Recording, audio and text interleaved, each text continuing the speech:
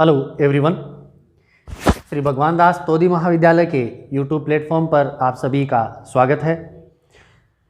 आज की जो अपनी क्लास है उसमें हम स्टडी करने जा रहे हैं। जो एजिंग का अपना पार्ट चल रहा है उस एजिंग के पार्ट में हमने पढ़ा उनके करेक्टर्स के बारे में और उसके बाद में जो ऑर्गेनाइजेशनल जो इफेक्ट थे उनके बारे में हमने स्टडी की। आज हम स्टडी करने जा रहे हैं जो उसमें सब सेलुलर चेंजेस जो होते हैं उनके बारे में। सब सेलुलर चेंजेस ड्यूरिंग एजिंग जो हमने स्टडी की थी, ऑर्गेनाइजेशनल जो चेंजेस थे उनके अंदर हमने देखा कि कुछ इस तरीके के प्रभाव होते हैं जो कि ग्रोथ को इफेक्ट करते हैं, बाकी सेंसरी सिस्टम को, अपने नर्व सिस्टम को, अपने मस्कुलर सिस्टम को और डाइजेस्टिव सिस्टम को, रेस्पिरेटरी सिस्टम को, सभी प्रकार के तंत्र को एक एजिंग का एक इफेक्ट जो है वो झेलना पड़ता है। और जिसके रीज़न जो हैं वो डिफरेंट हो सकते हैं, जिसमें प्रोटीन की सही रूप में नहीं बनना, या फिर विटामिन्स की पूर्ति का जो है वो सही नहीं होना, या फिर दूसरी तरफ हम देखें कि जो क्लाइमेटिक इफेक्ट हैं उनका असर होना, या फिर जेनेटिक डिसऑर्डर का सामने आना। तो चाहे जेनेटिक डिसऑर्डर हो या फिर डिफरेंट टाइप के फैक्टर्स क्यों ना हो जो कि एजिंग को प्रभावित करते हैं, लेकिन कुछ जंतुओं में या कुछ इंडिविजुअल्स के अंदर काल पूर्व जरा के लक्षण भी देखने को मिल सकते हैं, जो कि एजिंग का जो अपना लाइफ स्पान है उस लाइफ स्पान से पहले वो लक्षण प्रदर्शित होते हैं। जैसा हमने चर्चा की थी पिछली क्लास में कि पिछले दिनों एक पिक्चर आई थी अमिताभ बच्चन की पा, उसके अंदर ये दिखाए गए थे, प्रोजेरिया के लक्षण दिखाए गए थे। प्रोजेरिया,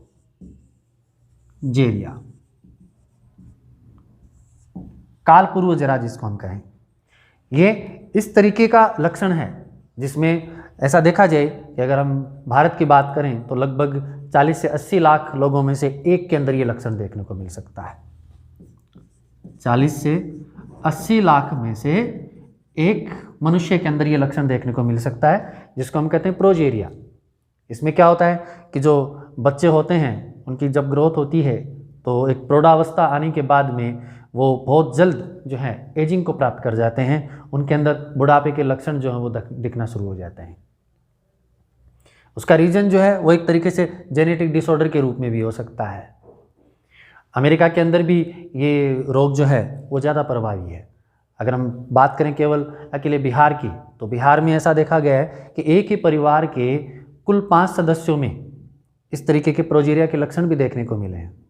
अगर आप क्लाइमेटिक एरिया की बात करेंगे या फिर हम जब जनसंख्या गणना की बात करते हैं उस वक्त, या फिर जो जेनेटिक डिसऑर्डर की घटना हम देखते हैं तो उनमें इस तरीके के केस काफ़ी निकल करके सामने आते हैं। तो हम बिहार की बात करें या कंप्लीट विश्व की बात करें तो संपूर्ण विश्व में अब तक लगभग 120 लोग जो हैं वो इससे प्रभावित हो चुके हैं। इनकी काउंटिंग जो हम देखें पूरे विश्व में 120 लोग जो हैं वो प्रोजेरिया के लक्षणों को प्रदर्शित करते हुए पाए जा रहे हैं। हो सकता है इनके अंदर अभी पिछले कुछ सालों के अंदर कुछ परिवर्तन प्लस में ही आए हैं। तो इन लक्षणों का अधिक पाया जाना ये बता रहा है कि कुछ न कुछ जेनेटिक डिसऑर्डर इस तरीके के हैं जो कि प्रोजेरिया के लक्षणों को उत्पन्न करते हैं, एजिंग के लक्षणों को ज़्यादा प्रभावी कर देते हैं। कुछ ऐसे डोमिनेंट कैरेक्टर्स हैं जो कि रिसेसिव के ऊपर डोमिनेंट होकर के अपने प्रभाव को प्रदर्शित करते हैं उन जंतुओं के अंदर, उस इंडिविजुअल के अंदर या फिर उस पीढ़ी के अंदर। तो जनरेशन के अंदर इस तरीके के जो इफेक्ट आते हैं उन इफेक्ट्स को भी हम, ये हो सकता है कोई ना कोई क्रोमोसोमल त्रुटि हो, या ये हो सकता है कोई जेनेटिक डिसऑर्डर के रूप में किसी प्रोटीन की त्रुटि हो, क्योंकि ये हम जानते हैं अच्छे से कि जब अगर किसी जेनेटिक सीक्वेंस के अंदर कोई परिवर्तन आता है, एग्जाम्पल के तौर पर हम बात करें, अगर अल्ट्रावायलेट रेज की हम बात करेंगे, एक्स रेज की हम बात करेंगे,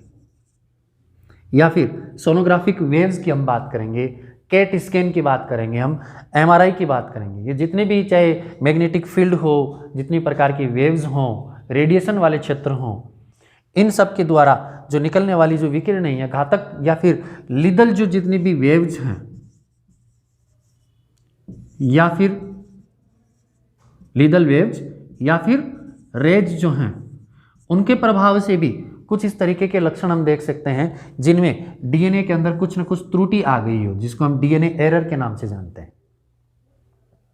अब अगर एरर वहां पर है तो इसका मतलब उस एरर का प्रभाव हमें आरएनए के फॉर्मेशन पर भी दिखेगा। क्यों ना, जैसे हम देखें कि न्यूक्लियस के अंदर मौजूद अगर डीएनए किसी रूप में प्रभावित हुआ है तो निश्चित रूप से वहां से निकलने वाला जो राइबोसोमल आरएनए है यहाँ पर, जो कि आरएनए के द्वारा, जिसके द्वारा प्रोटीन का निर्माण करवाया जाना होता है, साइटोप्लाज्म में पहुंच करके जहाँ ये प्रोटीन का निर्माण शुरू करवाता है, तो उसके प्रोटीन के निर्माण के अंदर कुछ ना कुछ वैरायटी जरूर देखने को मिलेगी,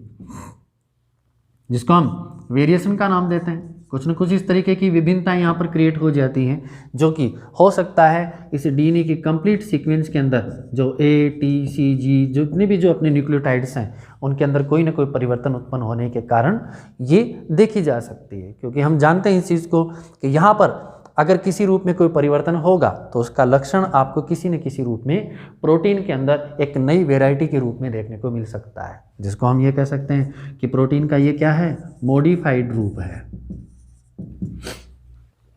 मॉडिफिकेशंस जिसको हम कहेंगे। क्योंकि ऐसी स्थिति में जो प्रोटीन सही रूप में बन पा रही है उसके अंदर सही रूप में फोल्डिंग नहीं हो पाएगी और प्रोटीन की सीक्वेंसिंग भी वहाँ पर डिस्टर्ब होगी। अब जब यहाँ की प्रोटीन की सीक्वेंसिंग डिस्टर्ब है या फिर प्रोटीन की फोल्डिंग डिस्टर्ब है तो इसका मतलब निश्चित रूप से उसके फंक्शन में कोई ना कोई परिवर्तन आपको देखने को मिलेगा। और ये मॉडिफाइड जो परिवर्तन है ये हो सकता है इस तरीके का परिवर्तन हो जो आपके लिए एसेंशियल हो, या फिर इस तरीके का परिवर्तन है जो कि आपके लिए नॉन एसेंशियल हो। तो नॉन एसेंशियल जो इफेक्ट होते हैं वो आपके अंदर किसी भी प्रकार के रोग को उत्पन्न कर सकते हैं, किसी भी प्रकार के जो डिजनरेटिंग कैरेक्टर्स हैं उनको उत्पन्न कर सकते हैं। जैसे हम कहें कि एक निश्चित एज के बाद में मनुष्य के अंदर जो टेस्टोस्टेरोन जो है उसकी मात्रा में भी लगातार कमी आती चली जाती है, जिसके कारण जनन क्षमता पर असर पड़ता है, प्रजनन क्षमता पर असर पड़ता है। फॉलिकल स्टिमुलेटिंग हार्मोन के अंदर कमी आने लग जाती है, जिसके कारण क्या होगा, ये जो फॉलिकल सेल्स के घटने के कारण यहाँ पर ओव्यूलेशन का प्रोसेस रुक जाएगा, मेंस्ट्रुअल साइकिल है उसका प्रोसेस रुक जाएगा, जिसको हम कहेंगे मेनोपॉज की अवस्था आ जाएगी। तो ये जो लक्षण हैं ये भी क्या कर रहे हैं, एक तरीके से मनुष्य के अंदर, किसी भी इंडिविजुअल के अंदर प्रजनन क्षमता पर भी उसका असर डाल रहे हैं। तो ये भी एजिंग के फैक्टर में से एक फैक्टर है। तो आगे हम पढ़ रहे हैं इसमें कि ये जो सब सेलुलर कैरेक्टर्स जो हैं या सब सेलुलर जो चेंजेज हैं वो किन रूपों में अपने को प्रदर्शित होते हैं, किन रूपों में अपने को दिखाई देते हैं। जैसे हम किसी सेल की बात करें तो उस सेल की संरचना का निर्धारण या उस सेल की जो फंक्शन है उनका निर्धारण कौन करते हैं, वहाँ पर मौजूद उसके जितने भी सेल ऑर्गेनल्स हैं उनकी सही प्रकार से सही वर्किंग जो होती है वो निर्धारित करती है कि उस सेल की क्या लाइफ स्पान होगा, उस सेल की वर्किंग कैसे होगी, उस सेल के द्वारा जो प्रोड्यूस किए जाने वाले एंजाइम्स हैं या उस सेल की जो एक्टिविटी है वो किस प्रकार की होगी। तो सब सेलुलर चेंजेस में हम सबसे पहला कैरेक्टर लेते हैं प्लाज्मा मेम्ब्रेन का।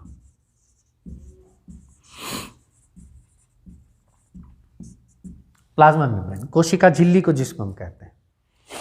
ये हम जानते हैं कि कोशिका झिल्ली का कार्य क्या होता है, एक्टिव ट्रांसपोर्ट का कार्य होता है, लिपिड के सेचुरेशन का काम होता है, परऑक्सीडेशन का काम होता है। जैसे एग्जाम्पल के तौर पर एक सेल मेम्ब्रेन क्या करती है,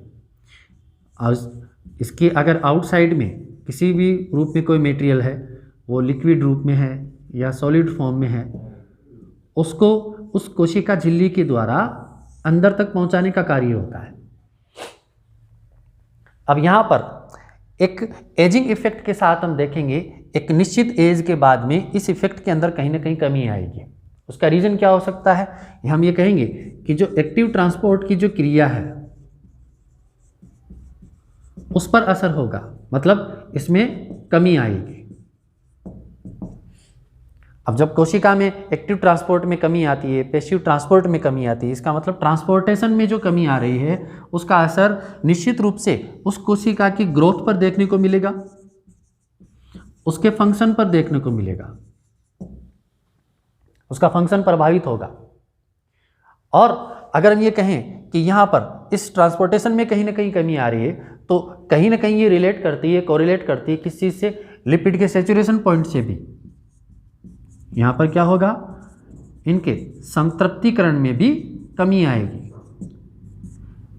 लिपिड सैचुरेशन में कमी आएगी, और जो पेरोक्सीडेशन का जो प्रभाव है वो प्रभावित होगा, जिसके कारण हम डिफरेंट टाइप की जो एंजाइम्स हैं उनकी एक्टिविटी में कमी आएगी, एंजाइम्स की एक्टिविटी में कमी आएगी, जिसके कारण एक प्रत्येक जो सेल है वो सही रूप में कार्य नहीं कर पाएगी। और ऐसा उन लोगों में ज़्यादा देखने को मिलता है,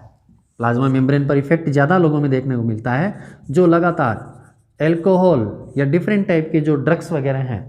उनका सेवन करते हैं। आप देखना जो लगातार एल्कोहल का सेवन करते हैं उनकी स्किन जो है वो झुर्रीदार आपको दिखाई देती है, उनकी स्किन का कलर चेंज हो जाता है, झुर्रियाँ पड़ जाती हैं, सलवटें पड़ जाती हैं, त्वचा पतली पड़ जाती है, इस तरीके के लक्षण आपको देखने को मिल सकते हैं। और ये इफेक्ट आप देख सकते हैं, जैसे आपने 12th में एक्सपेरिमेंट किया हो, फर्स्ट ईयर में आपने अगर फर्स्ट ईयर में तो आप अभी हैं, 12th में 11th 12th में आपने अगर एक्सपेरिमेंट किया हो, तो जिस तरीके से हम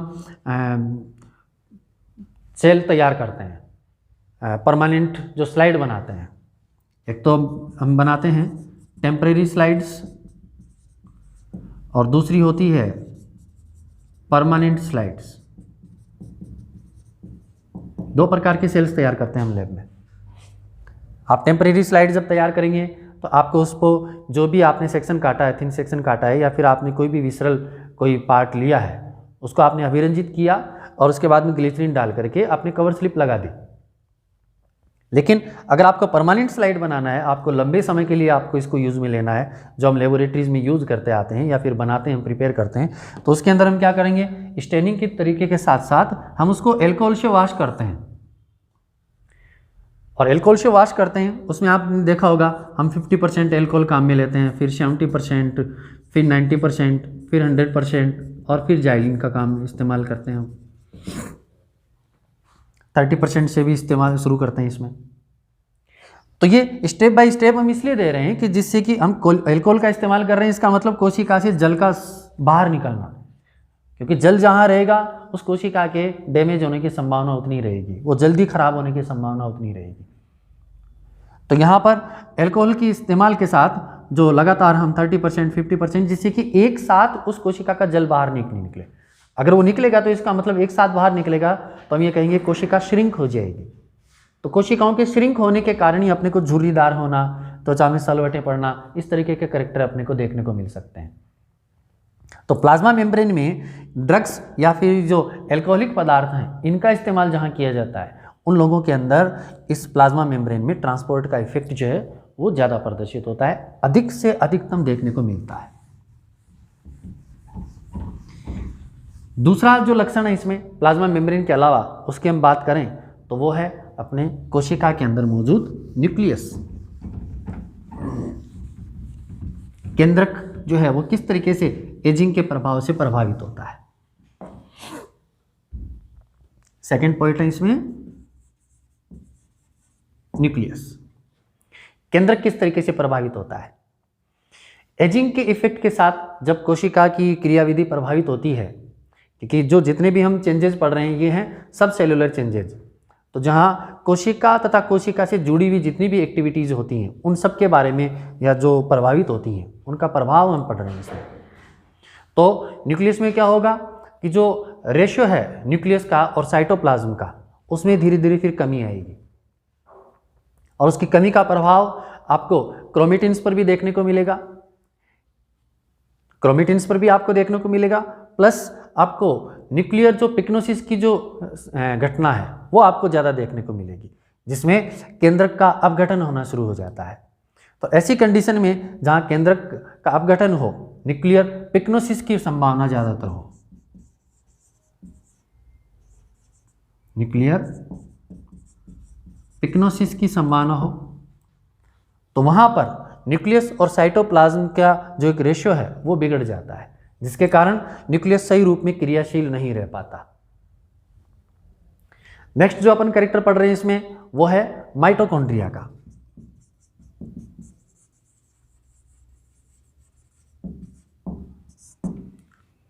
तो माइटोकॉन्ड्रियल जो इफेक्ट है वो भी किस तरीके से प्रदर्शित होता है,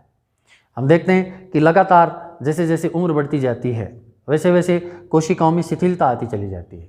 और इस शिथिलता का कारण ये भी है कि माइटोकॉन्ड्रिया की संख्या में कमी आ जाना, उनकी नंबर घट जाना या उसकी साइज का घट जाना, नंबर में आया हुआ परिवर्तन, उनकी साइज और शेप में आया हुआ परिवर्तन। क्योंकि जैसे एक सेल अगर प्रभावित होती है तो निश्चित रूप से उसके अंदर मौजूद सेल ऑर्गेनल्स भी इसमें क्या होंगे, प्रभावित होंगे, और उसका असर कहाँ देखने को मिलेगा, ग्लाइकोलिसिस की प्रक्रिया में देखने को मिलेगा, या फिर हम ये कहें कि जो कार्बोहाइड्रेट का डाइजेशन हो रहा है उस पर भी आपको देखने को मिलेगा। अगर माइटोकॉन्ड्रिया यहाँ से प्रभावित हो रहा है तो ग्लाइकोलिसिस की प्रक्रिया भी प्रभावित होगी, और जो ग्लूकोज का जो यहाँ पर या डाइजेशन हो रहा है, कार्बोहाइड्रेट का जो डाइजेशन हो रहा है उस पर भी देखने को मिलेगा। इसलिए हम ये कहेंगे कि जो सेलुलर रेस्पायरेशन की दर है उसमें कमी आ जाएगी, रेस्पायरेटरी रेट जो है स्लो हो जाएगी जब माइटोकॉन्ड्रिया के नंबर या फिर साइज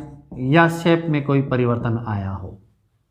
ऐसी कंडीशन रेस्पायर रेट पर भी असर डालती है, दूसरा ग्लाइकोलिसिस का जो चक्र है उसको भी ये प्रभावित करती है। इसके अलावा हम बात करें एंडोप्लाज्मिक रेटिकुलम, ईआर पर किस तरीके से असर देखने को मिलेगा। हम जैसे कहेंगे कि जैसे ही सेल ऑर्गेनल्स प्रभावित होते हैं, माइटोकॉन्ड्रिया यहाँ से प्रभावित होगा, न्यूक्लियस यहाँ से प्रभावित होगा, तो निश्चित रूप से उसका असर आपको एंडोप्लाज्मिक रेटिकुलम पर भी देखने को मिलेगा। और ये इफेक्ट किस तरीके से प्रदर्शित होता है, जैसे हम ये कहेंगे कि लगातार इन सब चीज़ों की कमी के कारण आरएनए डीके का प्रक्रम जो है वो शुरू हो जाता है, आरएनए का सही रूप में निर्माण नहीं हो पाता। अब आरएनए का सही रूप में निर्माण नहीं हो पा रहा है तो इसका मतलब जो स्मूथ आरएनए है और रफ आरएनए है, उसमें से रफ आरएनए की जो अमाउंट है वो ज़्यादा बढ़ना शुरू हो जाती है, जिसके कारण जो प्रोटीन है उसकी कमी आएगी। तो ईआर के अंदर कमी है, इसका मतलब निश्चित रूप से यहाँ पर जो प्रोटीन का फॉर्मेशन हो रहा है उस प्रोटीन के फॉर्मेशन में कमी आएगी, और वो भी किसके कारण, रफ प्रकार की ईआर के रफ ईआर जो है उसकी मात्रा के बढ़ने के कारण सही रूप में प्रोटीन की मात्रा जो है वो निर्मित नहीं हो पाएगी। नेक्स्ट इसमें कैरेक्टर हम पढ़ते हैं लाइसोसोम का। तो लाइसोसोम किस तरीके से प्रभावित होता है, यहाँ पर हम जानते हैं कि लाइसोसोम जो है जिनको हम आत्मघाती थैली के रूप में जानते हैं, जो ऑटोलाइसिस जो है वो प्रोसीजर शुरू हो जाएगा, मतलब ऑटोलाइटिक जितनी भी एंजाइम्स हैं ये क्या हो जाएंगी, इनकी मात्रा में बढ़ोतरी हो जाएगी, और जिसका असर क्या होगा, ऑटोलाइटिक एंजाइम्स जो हैं उनकी संख्या में बढ़ोतरी हुई है तो निश्चित रूप से सेल्स को क्या होगा, नुकसान होगा। यहाँ पर जो सेल्स हैं वो डैमेज होना शुरू हो जाएंगी, उनके अंदर अपघटन होना शुरू हो जाएगा, डिग्रेडेशन जो है, सेल डिग्रेडेशन शुरू हो जाएगा। कोशिकाएं जो हैं आत्मघाती एंजाइम्स के सीक्रेशन के कारण डिग्रेड होना शुरू हो जाएंगी, तो लाइसोसोम पर भी इसका असर पड़ता है। नेक्स्ट हम बात करें इसमें लाइसोसोम के अलावा एजिंग पिगमेंट।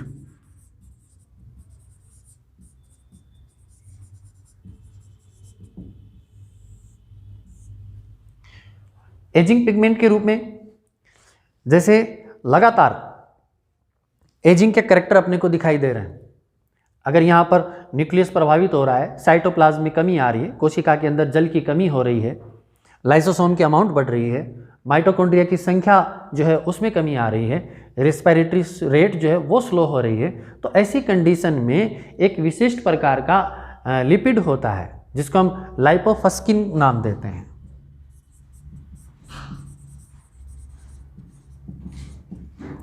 लाइपोफस्किन का डिपोजिशन शुरू हो जाता है ऐसी कंडीशन में, और जब लाइपोफस्किन का डिपोजिशन होगा तो हम ये कहेंगे कि जो नुकसानदायक प्रकार की लिपोप्रोटीन है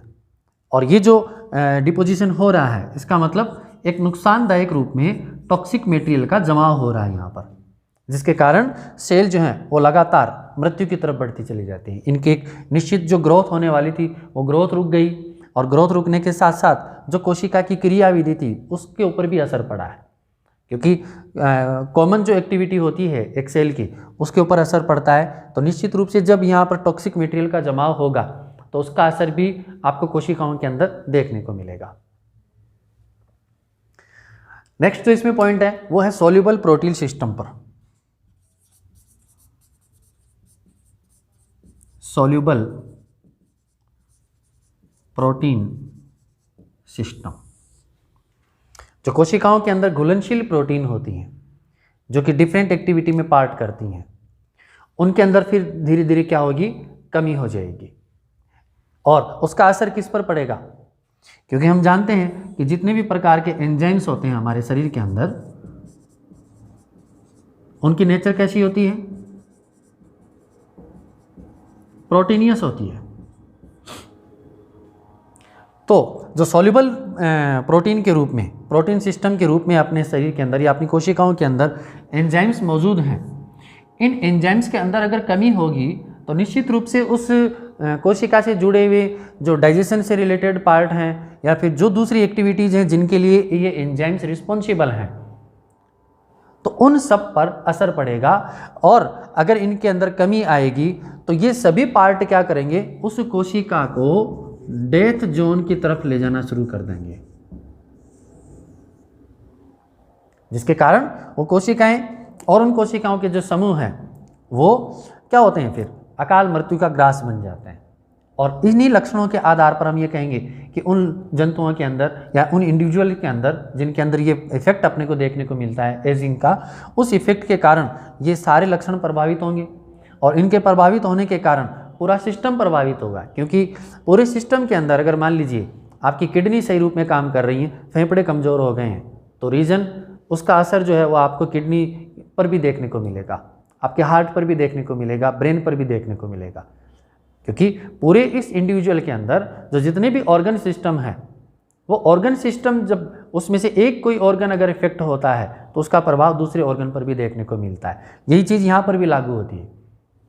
कि अगर कोशिका के अंदर कोई ना कोई सेल ऑर्गेनल वहाँ पर डिस्टर्ब होता है या डैमेज होता है या उसमें किसी प्रकार का अपघटन होता है, तो उसका प्रभाव आपको गुणसूत्रीय परिवर्तन से लेकर के, चाहे उसमें टीलोमियर का सही रूप में एंड के रूप में न बनना हो, डीएनए का सही रूप में सेट न होना हो, या एजिंग के जो दूसरे करैक्टर्स हैं जिनमें गुणसूत्रों से जुड़े हुए हों, आपके डीएनए से जुड़े हुए हों, प्रोटीन से जुड़े हुए हों, विटामिन्स की कमी हो या एसेंशियल जो भी सब्सटेंसेज हैं उनमें कमी हो, तो उन सब का प्रभाव हमें सब सेलुलर चेंजेस के रूप में देखने को मिलेगा। तो ये था आज का जो हमने टॉपिक पढ़ा, उसमें सब सेलुलर चेंजेस जो हैं, कोशिकाओं के अंदर होने वाले जो परिवर्तन हैं उनके बारे में हमने स्टडी की। नेक्स्ट वीडियो में हम अगले पॉइंट के बारे में स्टडी करेंगे। तब तक के लिए धन्यवाद।